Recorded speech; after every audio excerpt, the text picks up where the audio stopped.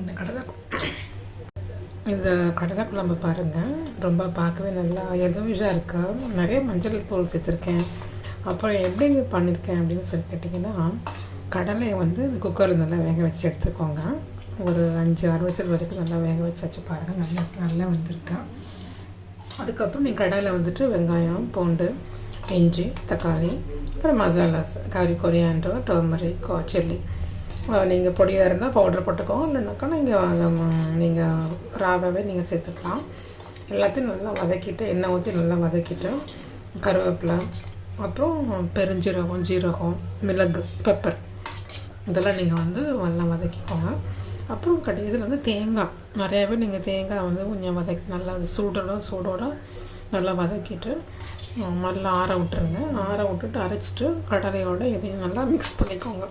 Mix பண்ணி கொஞ்சம் ஒரு கொதி வந்தால் கூட போதும். ஏன்னா நம்ம வதக்கி நம்ம அரைச்சிருக்கோம் மிக்ஸியில். ஸோ வந்துட்டு ஒரு கொதி வந்தோடனே கடுகு போட்டு நான் தாளிச்சிட்டேன். பாருங்கள், ரொம்ப டெலிஷியஸாக இருக்குது. சாப்பிட்றதுக்கும் நல்லா ஸ்பைஸியாக இருக்குது. வேறு எந்த ஒருமே சைட் டிஷ் வந்து தேவை கிடையாது.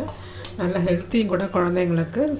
லைட்டாக ஸ்பைசி இருக்குன்னா இஞ்சி போட்டிருக்கோம், நல்லா லைட்டாக அதுக்கு காரம் இருக்குது. மற்றபடி ரொம்ப ஓவராலாம் ஸ்பைசி கிடையாது, ரொம்ப காரமெல்லாம் அப்படி கிடையாது. லைட்டாக பட்டும் படாமல் தான் காரமாக இருக்குது.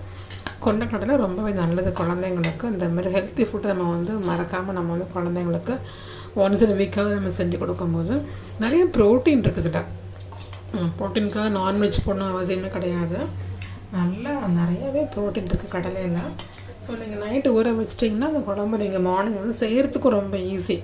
நம்ம காய வெட்டி அந்த ஒர்க்கிங் விமனுக்கு அதை ரொம்ப நம்ம கஷ்டம்னு ஃபீல் பண்ணுவீங்க. ஸோ இந்த குழம்பு செஞ்சு பாருங்கள், ரொம்ப நல்லா இருக்குது. ரைஸ்க்கு ரொம்ப நல்லா இருக்குது பாருங்கள், டெலிஷியஸாக இருக்குது. பார்க்கவே ரொம்ப கலர்ஃபுல்லாக இருக்குது. செஞ்சு பாருங்கள். இது வந்து நான் பண்ணின ஹோம்மேடு படகம் தான். ரொம்ப திருப்தியாக இருக்குது, நம்ம சாட்டிஸ்ஃபைடாக இருக்குது. நம்ம கையில் நம்ம செஞ்சு சாப்பிட்டு ரொம்ப சாட்டிஸ்ஃபைடாக இருக்குது. அது பழைய சாப்பாடில் சில்லி, ஜீரகம் போட்டு மிக்ஸ் பண்ணி வெயிலில் காய வச்சது தான்.